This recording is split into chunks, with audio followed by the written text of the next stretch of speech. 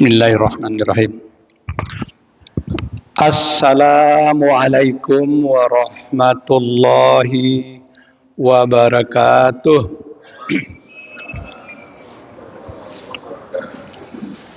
Alhamdulillahilladzi anzala sakinata fi qulubil mu'minin ma'al iman. Alhamdulillahilladzi anzala sakinata fi qulubil mu'minin liyazdadu imanan ma'a iman. Asyhadu an la ilaha illallah wahdahu la syarikalah wa asyhadu anna Muhammadan abduhu wa rasuluh la nabiyya ba'da. Allahumma salli wa sallim wa barik ala sayyidina wa habibina wa maulana Muhammad wa ala alihi wa ashabihi wa man tabi'ahu bi ihsanin ila yaumiddin. Amma ba'd. Yang sama-sama kita hormati orang tua kita, Ketua DKM Masjid Al-Ittihad Bapak Muhammad Faruk. Kita doakan mudah-mudahan beliau selalu sehat walafiat terus bersama kita menjadi jamaah Masjid Al-Ittihad. Yang saya hormati seluruh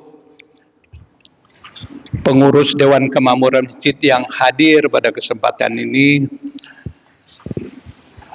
para ustadz, para guru yang selalu mencerahkan umat, bapak-bapak, ibu-ibu, jamaah subuh Masjid Al-Ittihad, para pecinta ilmu yang insya Allah diberkahi oleh Allah Subhanahu wa Ta'ala.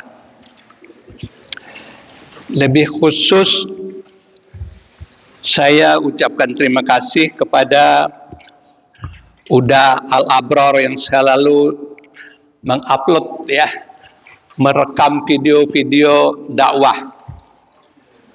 Kita ketahui setiap upload yang dituangkan di dalam medsos yang merupakan sebuah kebajikan, dia menjadi amal jariah sepanjang masa. Selama medsos itu masih ada, walaupun orangnya sudah tiada, maka kebaikan yang diupload di medsos itu menjadi amal jariah bagi yang menguploadnya. Sebaliknya, bagi yang mengupload sesuatu yang membuat dosa di media sosial, maka itu menjadi dosa jariah bagi yang menguploadnya. Oleh karena itu kita bersyukur ada saudara kita Uda Al-Abrar yang selalu mengupload kebajikan dakwah di Masjid Al-Ittihad ini. Itu sedikit tentang bagaimana kita mempergunakan medsos. Pada pagi ini, sebagaimana telah dicantumkan di dalam papan pengumuman, tema kita yaitu membangun ukhuwah, menguatkan jamaah. Nah, sebelum kita bicara lebih lanjut tentang ukhuwah, saya ingin sedikit mendapat penjelasan dari bapak-bapak tentang ukhuwah ini. Mana yang lebih sulit kita membangun masjid daripada membangun ukhuwah? Di mana, Pak? Lebih sulit membangun ukhuwah. Iya. Kalau kita membangun masjid, kita membutuhkan apa? Membutuhkan pasir, membutuhkan batu, membutuhkan besi, air, semua bisa kita beli kalau ada uang. Tapi membangun ukhuwah yang dibutuhkan apa? Yang dibutuhkan pertama iman. Yang kedua keikhlasan. Dan yang ketiga tawadu kepada Allah Subhanahu wa taala. Oleh karena itulah Allah mewanti-wanti kepada kita bahwa kita membangun persaudaraan itu adalah perintah Allah. Tidaklah semudah membangun masjid kalau kita ingin mendapatkan sesuatu yang kokoh dalam persatuan kita. Karena apa? Ukhuwah adalah ikatan hati, ikatan iman yang dibangun atas dasar keikhlasan dan ketawaduan. Oleh karena itulah Allah mengingatkan di dalam surat Al-Hujurat ayat 10, innamal mu'minuna ikhwatun fa aslihu baina akhawaykum. Sesungguhnya orang beriman itu bersaudara, kata Allah. Oleh karena itu, perdamaikanlah di antara saudaramu. Kemudian bertakwalah kepada Allah. Agar apa? Agar kita mendapat ketenangan. Bapak, Ibu jemaah rahimakumullah. Allah tidak menyuruh kita, Allah tidak mengatakan bahwa saudara itu, persaudaraan itu bukan hanya terlahir dari ibu dan bapak yang sama. Kalau saudara memang lahir dari ibu dan ayah yang sama, saudara kandung umpamanya, atau saudara misan, atau saudara sepupu. Tapi di sini kalimatnya adalah persaudaraan. Kalau sesuatu yang diawali oleh berarti itu kata kerja, fi'il amar kalau dalam bahasa Arab. Harus ada ikhtiar untuk membangun persaudaraan. Oleh karena itulah sesungguhnya orang-orang mukmin itu bersaudara, kata Allah. Jadi tidak dituduh oleh kita saudara, kamu saudara, saudara, enggak. Tapi kalian orang mukmin bersaudara, kata Allah. Apa artinya? Artinya persaudaraan itu bukan pilihan. Persaudaraan adalah identitas diri orang yang beriman. Orang yang beriman identitasnya adalah membangun persaudaraan, membangun ukhuwah. Itulah ciri daripada orang yang beriman. Oleh karena itu menjaga ukhuwah bukan hanya sekedar menjadi akhlak mulia, tetapi merupakan perintah Allah. Ukhuwah tidak berarti semua harus sama. Ukhuwah tidak harus semua sama besar. Tidak harus semua sama pilihan. Tidak harus semua sama-sama suka. Tapi yang dilarang oleh Allah adalah ketika perbedaan berubah menjadi permusuhan, ketika permusawarahan berubah menjadi perpecahan, dan ketika amanah berubah menjadi ambisi, ini yang melemahkan ukhuwah. Karena itu, setelah Allah memerintahkan adanya kelompok orang berdakwah, Allah langsung memerintahkan untuk bersatu.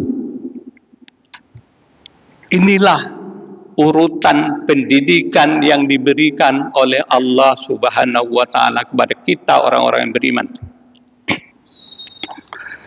Pertama, bangunlah jamaah. Yang kedua, laksanakan dakwah. Jamaah dulu, baru dakwah. Tapi jangan sampai dakwah merusak ukhuwah. Ini yang harus kita jaga. Karena apa? Karena dakwah tanpa persaudaraan akan kehilangan kekuatannya. Sedangkan ukhuwah yang dibangun di atas Al-Quran dan As-Sunnah akan melahirkan jamaah yang kokoh, yang diridhoi oleh Allah Subhanahu wa Ta'ala.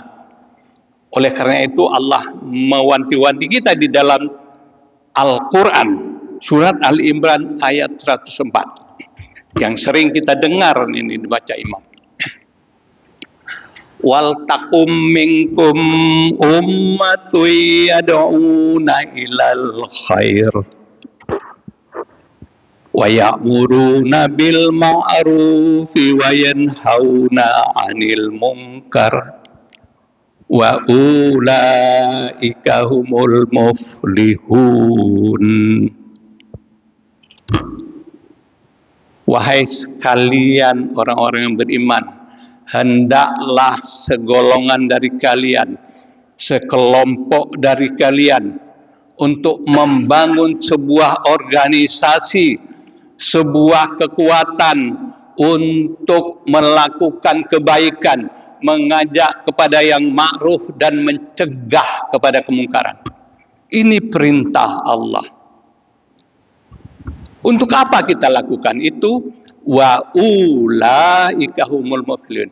Agar kita mendapat kebahagiaan.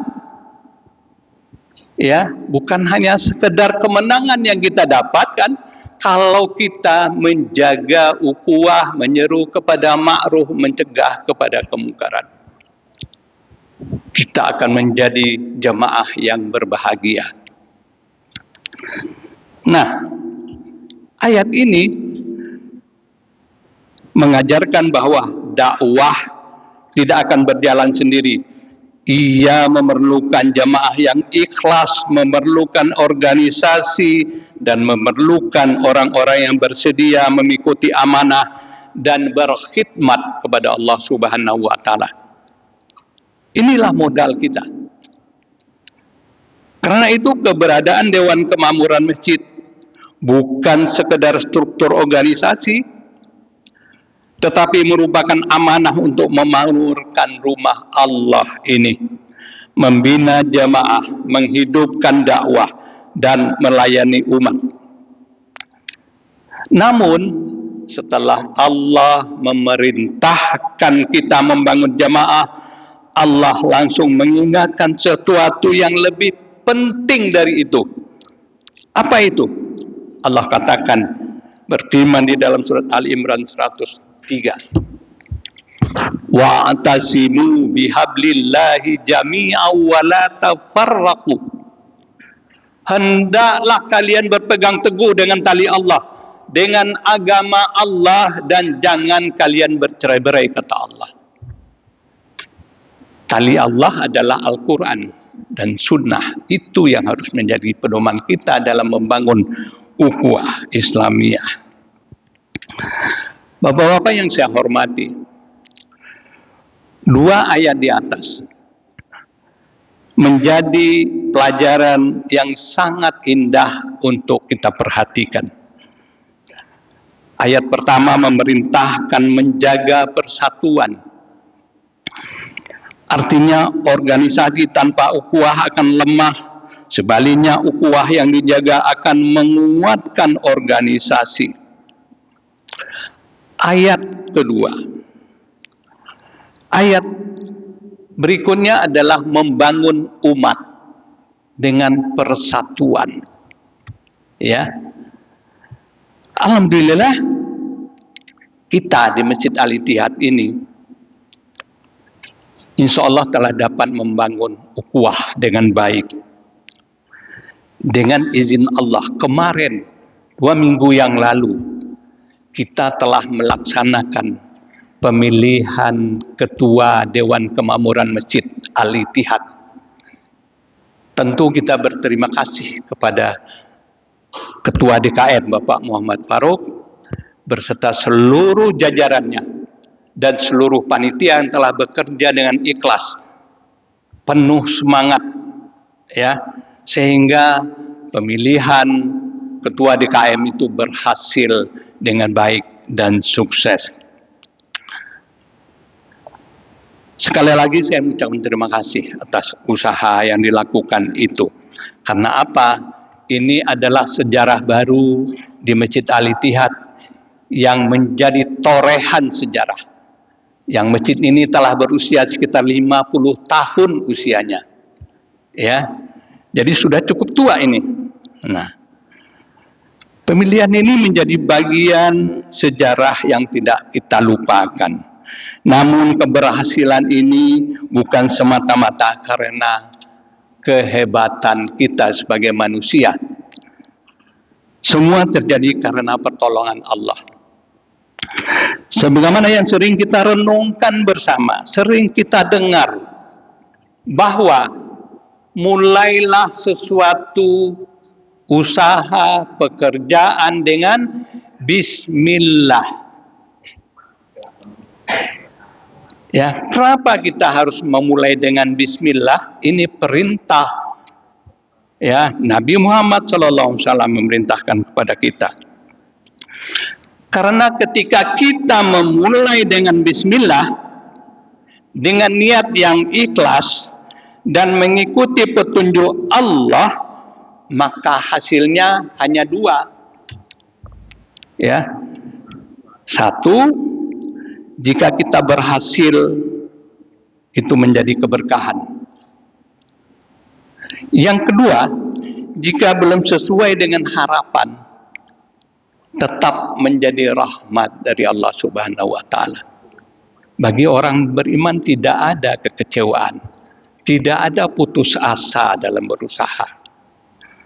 Karena Allah sedang mendidik kita, sedang memperbaiki diri kita, sedang menyiapkan sesuatu yang lebih baik bagi hamba-hambanya.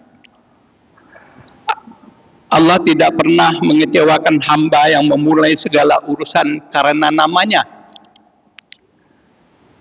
Orang tua kita dahulu, ya, saya ingat, pernah meninggalkan satu kata hikmah atau kalimat bijak, ya, dalam bahasa Minang. Nah, bunyinya begini, tolong disimak. Kalau ada yang tahu, tolong sampaikan kepada saya. Bidua lalu kiambang Betawi. Siapa yang tahu nih makna dari pepatah ini? Orang Minang nih, terutama Pak Rendi, ya, Pak Rendi tahu biasanya ini. Bidua lalu kiambang Betawi.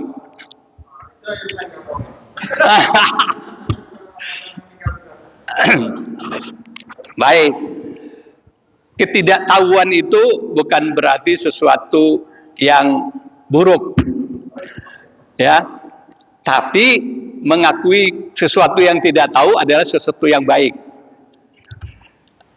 Maksudnya begini, bidua lalu kiambang Betawi. Bapak-bapak tahu bidua? Perahu kita liwat di air, dia membelah air. Betul nggak? Ketika dia liwat di depan, airnya bersatu kembali. Tidak selalu berpisah. Nah, oleh karena itu, setelah sebuah pekerjaan selesai, usaha selesai, kerja selesai, kita kembali bersatu. Setelah musyawarah terjadi, kita kembali bertaut kembali. Itu maksudnya dari pepatah yang bijak ini.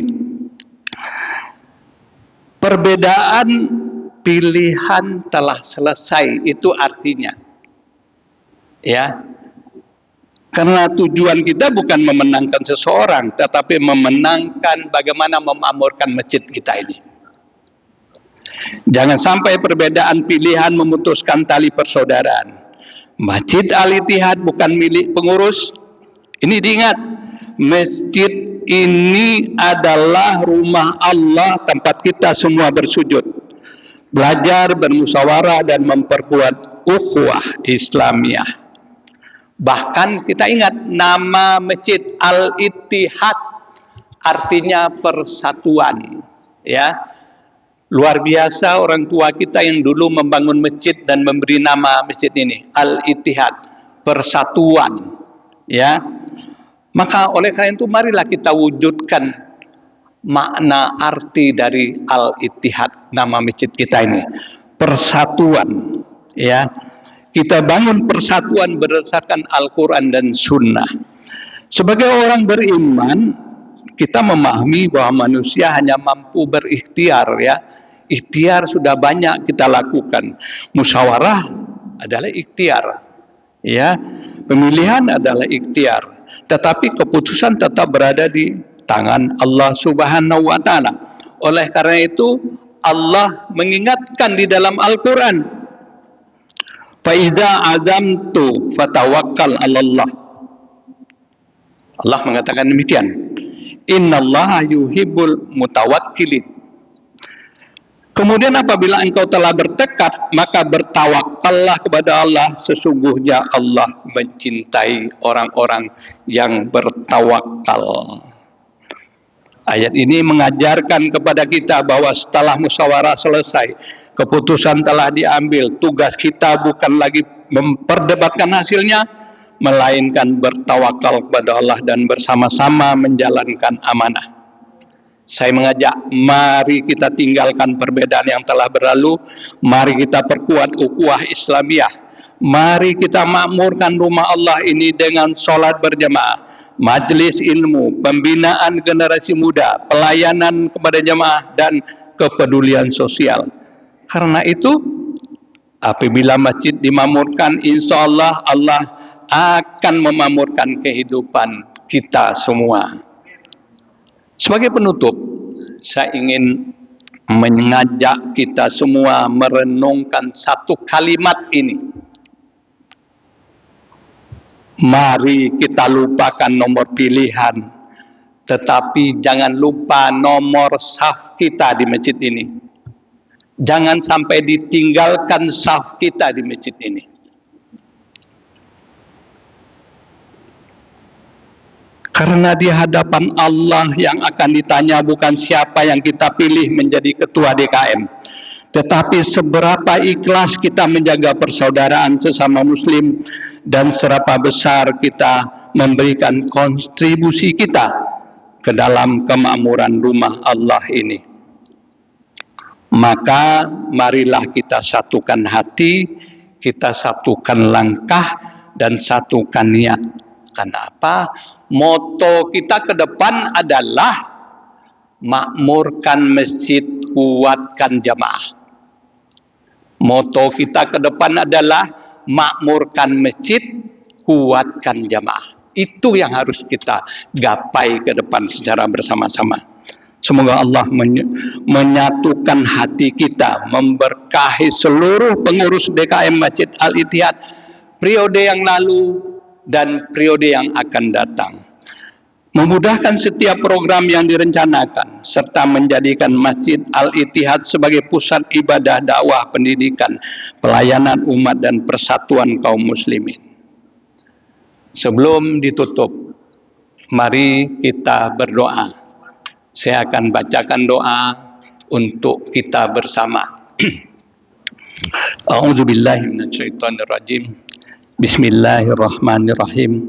Alhamdulillahirabbil alamin, wassalatu wassalamu ala asrafil anbiya wal mursalin wa ala alihi wa ashabihi ajmain.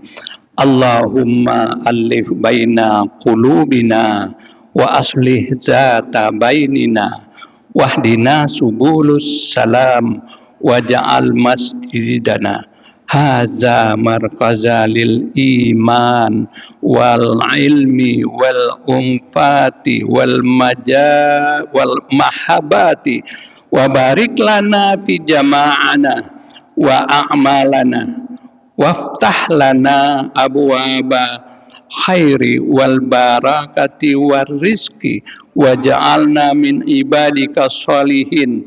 Rabbana atina fid dunya hasanah wa fil akhirati hasanah wa qina azabannar. Ya Allah, satukanlah hati kami, perbaikilah hubungan di antara kami, Tunjukkanlah kami jalan keselamatan. Jadikanlah masjid kami ini sebagai pusat keimanan, ilmu, persaudaraan, dan kasih sayang. Limpahkanlah keberkahan kepada jemaah kami dan amal-amal kami. Bukakanlah lagi bagi kami pintu-pintu kebaikan, keberkahan dan rezeki. Jadikanlah kami termasuk hamba-hamba-Mu yang soleh. Ya Tuhan kami, berilah kami kebaikan di dunia dan kebaikan di akhirat, serta lindungilah kami dari azab neraka.